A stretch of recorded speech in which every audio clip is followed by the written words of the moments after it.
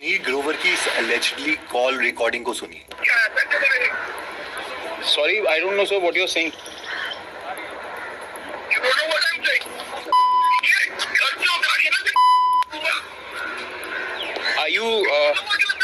Are you drunk, sir, by any chance? यहाँ पर Kotak Mahindra bank के एक एम्प्लॉय को गालियां दी जा रही है और इवन उनका एनकाउंटर करवाने की धमकियां दी जा रही है। इस कॉल के पीछे की स्टोरी ये है कि अशनीर को नायका आईपीओ के शेयर्स खरीदने थे और इसके लिए वो कोटक से 500 करोड़ का एक लोन लेने वाले थे और इसकी सारी फॉर्मेलिटीज भी पूरी हो गई थी। बट बिल्कुल लास्ट मोमेंट में कोटक ने इस लोन को कैंसिल कर दिया और अशनीर को करोड़ों का नुकसान हो गया, जिसके बाद अलेजेडली उन्होंने कॉल में गालियां दी और कोटक को लीगल नोटिस भी भेज दी। बट सवाल ये उठता है कि एक मिलियनियर होते हुए भी अशनीर शेयर्स खरीदने के लिए बैंक से लोन क्यों ले रहे थे। दरअसल यहाँ पर अशनीर लोन लेके और भी ज्यादा पैसे कमाने और अमीर बनने की प्लानिंग कर रहे थे और फाइनेंसिंग में इसे लेवरेजिंग कहा जाता है। यहाँ अगर नायका के शेयर्स की वैल्यू अपने खरीदे हुए प्राइस से 1% भी बढ़ती तो लोन की वजह से उन्हें 1% of 500 crore which is 5 crore का प्रॉफिट उन्हें मिल जाता। इस कॉन्सेप्ट को हम आगे डिटेल में समझेंगे। अब हम में से कई लोग ये सोचते होंगे कि लोन लेना तो एक बैड आइडिया है और भला लोन लेके कोई पैसे कैसे कमा सकता है। बट हम ऐसा इसलिए बोल रहे हैं क्योंकि हम में से ज्यादातर लोग ये नहीं जानते कि दुनिया के रिचेस्ट लोग अमीर बनने के लिए सबसे ज्यादा लोन्स का ही इस्तेमाल करते हैं। बट हमारे लिए ये भी जानना जरूरी है कि ज्यादातर इंडियन लोन्स लेने से डरते क्यों हैं और क्या रीजन है कि मिडिल क्लास लोग लोन्स को नेगेटिवली देखते हैं। इसे समझने के लिए इस डेटा को देखिए। यहाँ पर पर्सनल लोन सबसे ज्यादा पॉपुलर है और इसके साथ ही आज मैक्सिमम इंडियंस कार लोन्स और क्रेडिट कार्ड लोन्स भी ले रहे हैं और ये सारे लोन्स बैड डेट की कैटेगरी में आते हैं, जिसका मतलब है कि हम ये लोन्स लेके लायबिलिटीज खरीद रहे हैं जिसके बदले हमारी कोई इनकम जनरेट होती ही नहीं। उल्टा इसके लिए हमें हमारी जेब से एडिशनल पैसे खर्च करने पड़ते हैं। फॉर एग्जाम्पल, एक रिसेंट सर्वे के अकॉर्डिंग आज हर 5 में से 1 इंडियन अपने ट्रेवल के बिल्स पे करने के लिए पर्सनल लोन ले रहे हैं और 10% इंडियंस तो अपने EMI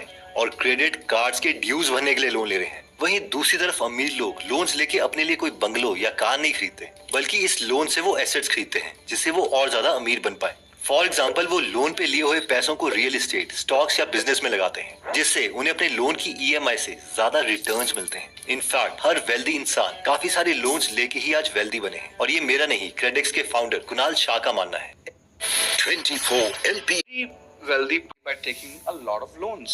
बट यहाँ डिफरेंस यही है कि ये सारे लोन्स गुड डेट की कैटेगरी में आते हैं जिसे एसेट्स में या फिर उस बिजनेस को एक्सपैंड करने के लिए इन्वेस्ट किया जाता है ताकि वो हजारों करोड़ों रुपए के प्रॉफिट कमाए। अब हम में से कई लोग सोच रहे होंगे कि 1, हम जैसे मिडिल क्लास लोगों को ऐसे इन्वेस्टमेंट करने के लिए भला पैसे कौन देगा, और 2, इवन अगर हमें लोन मिल भी जाता है तो एक आम आदमी की रिस्क टेकिंग एबिलिटी होती कितनी है। वो लोन वाले पैसों को ऐसी जगह लगाने का रिस्क कैसे ले जहाँ पर पूरे पैसे डूबने के चांसेस हैं। और ये पॉइंट एकदम ठीक है। किसी भी नॉर्मल मिडिल क्लास आदमी को अशनीर ग्रोवर की तरह 500 करोड़ का लोन कोई भी नहीं देगा, ना ही उन्हें कोई रियल एस्टेट या किसी बिजनेस में इन्वेस्ट करने के लिए लोन आसानी से मिलने वाला है। और इस प्रॉब्लम का सोल्यूशन यही है कि हम स्टार्टिंग में वहां से शुरू करें जहां पर बहुत ही कम पैसे लगा के हमें ज्यादा ग्रोथ मिल सके, बेशक वो शुरुआत कितनी ही छोटी क्यों ना हो। और कुछ ऐसा ही इन नॉर्मल मिडिल क्लास लेडीज ने आज से 60 साल पहले किया है। इन्होंने 1600 करोड़ की कंपनी खड़ी कर दी और वो भी बिना किसी एजुकेशन और बिना किसी बिजनेस एक्सपीरियंस के, वो भी अपने घर की छत से शुरू करके। हम बात कर रहे हैं लिज्जत पापड़ की और इनके फाउंडर्स ने पहले दिन सिर्फ 4 पैकेट बेचे थे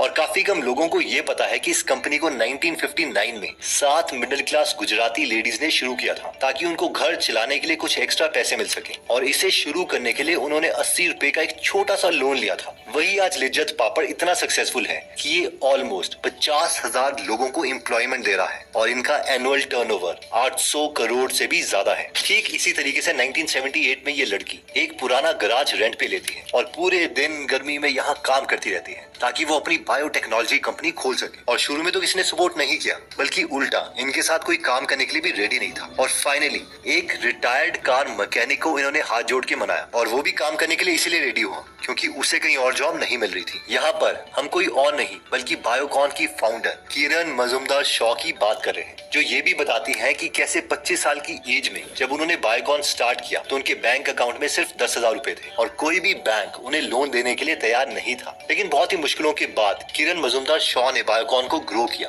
और आज बायोकॉन 30,000 करोड़ की कंपनी है। और हाल ही में उन्होंने अपना बिजनेस एक्सपैंड करने के लिए $1.2 बिलियन का लोन लिया, यानी 10,000 करोड़ रुपए का लोन। और ठीक इसी तरीके से जब हम अपना बिजनेस इस्टेब्लिश करके अच्छी खासी वेल्थ क्रिएट कर लेते हैं तो हम लोन्स लेके ज्यादा से ज्यादा पैसे बना सकते हैं। जिसे फाइनेंशियल लेवरेजिंग कहा जाता है। फाइनेंशियल लेवरेज को हम आसान भाषा में एक एग्जांपल से समझते हैं। मान लीजिए कि आपके पास 2 लाख रुपए हैं और आपको किसी बिजनेस में 20% की ग्रोथ अपॉर्चुनिटी दिखाई दे रही है। अब अगर हम 2 लाख रुपए इस बिजनेस में लगाते हैं तो इसका 20% हुआ 40,000 रुपए और इतना हमें रिटर्न मिलेगा। बट वहीं पर अगर हम 8% का इंटरेस्ट रेट पर 18 लाख रुपए का एक लोन लेते हैं और इसमें अपने 2 लाख ऐड करके इसी सेम बिजनेस में इन्वेस्ट करते हैं तो हमें 20% ऑफ 20 लाख यानी 4 लाख रुपए का रिटर्न मिलेगा। और इस 18 लाख के लोन पर हमें 1,44,000 का इंटरेस्ट पे करना पड़ेगा। यही इंटरेस्ट पे करने के बाद भी हमें 2.5 लाख रुपए का एक्स्ट्रा प्रॉफिट हो रहा है और इसी को फाइनेंशियल लेवरेजिंग कहा जाता है। बेसिकली इसमें हमने अपने कैपिटल को मैक्सिमाइज करने के लिए लोन का इस्तेमाल किया है ताकि हम एक बड़ा अमाउंट इन्वेस्ट कर सके और इस पर हमें ज्यादा से ज्यादा रिटर्न मिले। लेकिन इसमें रिस्क भी बहुत ज्यादा है। अब हम 4 ऐसे तरीके देखते हैं जिससे अमीर लोग पैसों को लेवरेज करके और भी ज्यादा अमीर बनते हैं।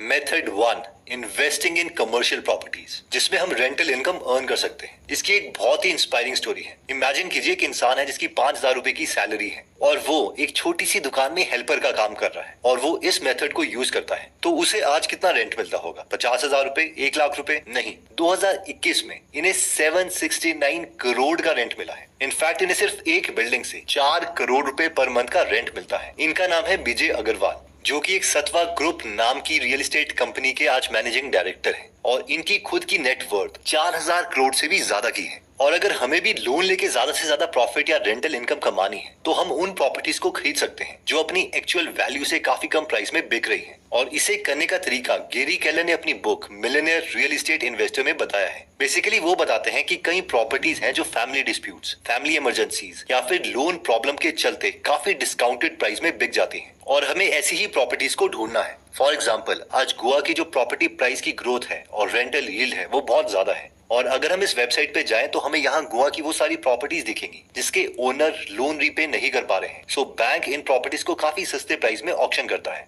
जैसे कि यहाँ गोवा के पॉश एरिया के 2 घर सिर्फ 70 लाख के ऑक्शन में बिक रहे हैं, जो कि इसकी रियल मार्केट वैल्यू से काफी कम है। और as a thought experiment, let's say कि हम 10 लाख का डाउन पेमेंट करके 70 लाख रुपए का एक लोन लेते हैं और इस प्रॉपर्टी को खरीद लेते हैं, रेनोवेट करते हैं, तो इसकी वैल्यू एटलीस्ट 20 से 30 लाख ज्यादा की तो हो जाएगी और हम इसे हर महीने अपने लोन की ईएमआई से भी ज्यादा रेंटल इनकम अर्न कर सकते हैं। और इसके साथ ही अगर घर का प्राइस 5 या 6 साल में बढ़ जाता है या डबल के आसपास हो जाता है तो ये लोन एक गुड डेट कहलाएगा, ना कि बैड डेट।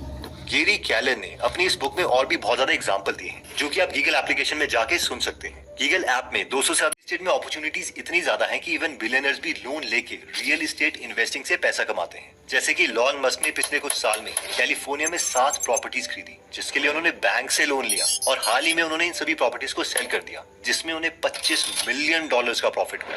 बट इस प्रोसेस को फॉलो करने के लिए एक कंडीशन हमेशा ट्रू होनी चाहिए कि हम वो प्रॉपर्टीज खरीद पाए जिनकी रेंटल इनकम और मार्केट वैल्यू की ग्रोथ रेट हमारी ईएमआई की इंटरेस्ट रेट से ज्यादा हो। और दूसरी इंपॉर्टेंट बात, अगर शुरू में हमारी रेंटल इनकम मंथली ईएमआई से कम भी होती है तो भी हमारी इतनी कैपेबिलिटी होनी चाहिए कि हम इस सिचुएशन को मैनेज कर पाए। Method 2, investing. इसमें आइडिया ये है कि हम लोन लेके किसी हाई ग्रोथ पोटेंशियल वाले स्टॉक में इन्वेस्ट करें जिसमें हमें ज्यादा से ज्यादा प्रॉफिट मिल सके। और जैसा कि मैंने वीडियो की शुरू में बताया था कि अश्नीर ग्रोवर भी इसी रीजन से लोन लेकर नायका के आईपीओ में इन्वेस्ट करना चाहते थे। इनफैक्ट अश्नीर अपनी बुक दोगलापन में बताते हैं कि उन्होंने लेवरेजिंग का इस्तेमाल किया और बैंक से 95 करोड़ का लोन लिया और इस लोन के पैसों को अश्नीर ने जोमेटो के आईपीओ में इन्वेस्ट किया। और हम में से ज्यादा लोग शायद बिलीव नहीं करेंगे कि ये इन्वेस्टमेंट इतनी सक्सेसफुल हुई कि अश्नीर ने सिर्फ 8 मिनट में 2.25 करोड़ रुपए कमा लिए और वो भी लोन का इंटरेस्ट पे करने के बाद। और शायद कॉल रिकॉर्डिंग में अश्नीर का इतना गुस्सा होने की वजह भी यही है कि नायका आईपीओ के शेयर्स ऑलमोस्ट 80% गेन के साथ लिस्ट हुए थे और अगर उन्हें टाइम में लोन मिल जाता तो उनके पैसे ऑलमोस्ट डबल हो जाते। बट लोन लेके इन्वेस्टिंग करने में जितना ज्यादा प्रॉफिट है इसमें रिस्क भी उतना ज्यादा है। ऑल्सो जहां अश्नीर जैसे इन्वेस्टर्स के पास मिलियंस ऑफ डॉलर्स की वेल्थ है, वहीं दूसरी तरफ हम जैसे मिडिल क्लास इन्वेस्टर अगर थोड़ी बहुत वेल्थ इकट्ठा कर भी लेते हैं तो भी हम लोन लेके स्टॉक मार्केट जैसी रिस्की जगह में इन्वेस्ट नहीं कर सकते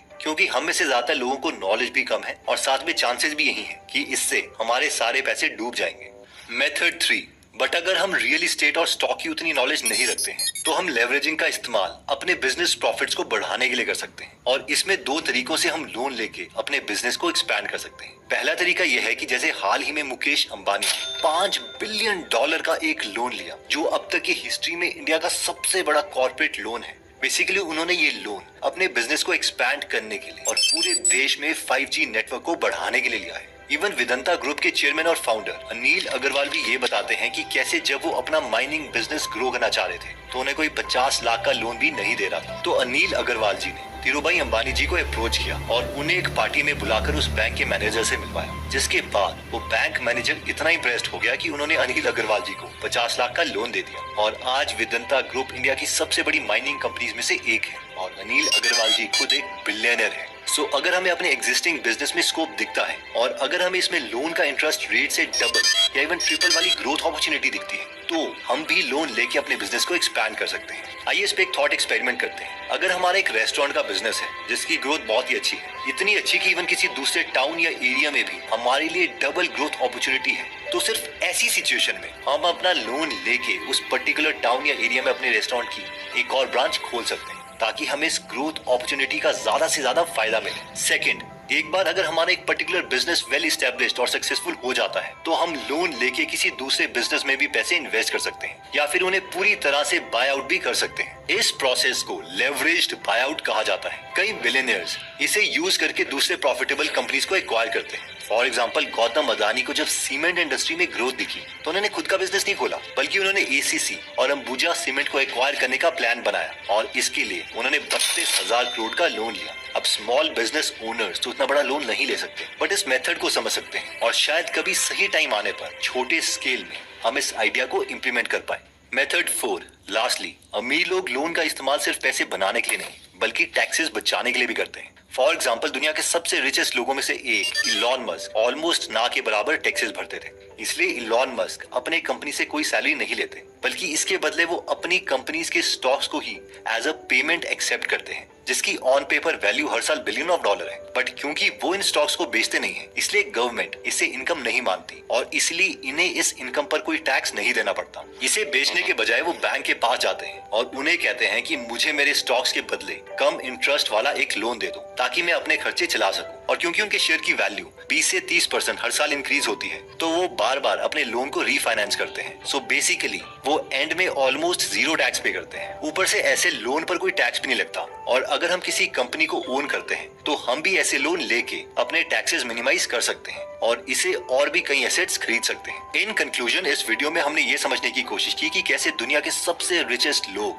लोन लेके ही अमीर बनते हैं और कैसे वो अपने पैसे को लेवरेज करके और भी ज्यादा पैसे कमाते हैं। बट अगर हम मिडिल क्लास इंडियंस की बात करें तो हम में से ज्यादातर लोग लोन लेके ऐसे इन्वेस्टमेंट करने का रिस्क नहीं ले सकते। ज्यादा से ज्यादा या तो हम लोन का इस्तेमाल करके एक खुद का बिजनेस एस्टेब्लिश कर सकते हैं या फिर हम इसमें छोटे मोटे कमर्शियल प्रॉपर्टीज ले सकते हैं। इससे ज्यादा रिस्क लेने के लिए सबसे बड़ी प्रॉब्लम यह है कि हमारे पास उतनी नॉलेज नहीं है और हाँ, उतनी रिस्क कैपेबिलिटी भी नहीं है। इसलिए मेरे ओपिनियन में सबसे पहले तो हमें खुद को एजुकेट करना चाहिए और बाद में थोड़ी बहुत इन्वेस्टमेंट करके अपने कम पैसों में मिस्टेक्स कर लेनी चाहिए ताकि बड़ा रिस्क लेके बड़ा धमाका ना करें। और सेविंग और इन्वेस्टमेंट करने के सबसे बेस्ट तरीकों पर हमने ये वीडियो भी बनाई है जिससे आप यहाँ पर आए के। बट फाइनली सबसे इंपॉर्टेंट बात, लेवरेजिंग बहुत ही इंपॉर्टेंट कॉन्सेप्ट है, लेकिन ये धमाका भी है जो सिर्फ हमारे ऊपर भी चल सकता है। फाइनली आई होप ये वीडियो आपको बहुत अच्छी लगी होगी और इसे जरूर अपने फैमिली वाले ग्रुप में व्हाट्सएप में जरूर शेयर कीजिए ताकि आपके फैमिली मेंबर्स या फ्रेंड्स को पता लगे कि लोन की पावर क्या है और ये बैकफायर भी कैसे कर सकता है। एनीवेज दोस्तों, अगर आप ऐसी नॉलेजेबल वीडियोस मिस नहीं करना चाहते